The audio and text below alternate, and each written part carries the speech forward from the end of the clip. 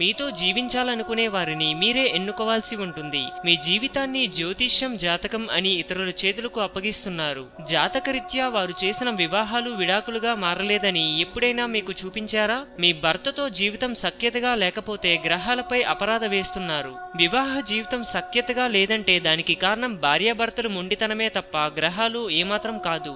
భార్యాభర్తలు ఇరువురు మనసులు కలిసి సఖ్యతగా మసులుకుంటే జ్యోతిష్యాలు, గ్రహాలు, నక్షత్రాలు ఏమి చేస్తాయి? పెళ్లి తర్వాత మీ భాగస్వామిపై అధికారం లభిస్తుందా, మీ మీద అధికారం చెలాయించబడుతుందా అనే భయాన్ని వీడి భార్యాభర్తలు అర్థం చేసుకుంటే జీవితం సాఫీగా సాగుతుంది. రెండు మనసులు ఒకదాన్ని ఒకటి చేసుకుని దగ్గరై ఒకటైతేనే పెళ్లి జీవితం సుఖంగా ఉంటుంది. ప్రేమ పంచాల్సిన తరుణంలో ఆదాయాన్ని మాత్రం చూసుకున్నప్పుడే చేదు అనుభవాలు ఎదురవుతాయి. ప్రేమ వికసిస్తే జీవితంలో ఎత్తు పల్లాలు ఎదురైనా జీవితం సుఖంగా సాగిపోతుంది. ఇందుకు జాతకం అడ్డు కాదు.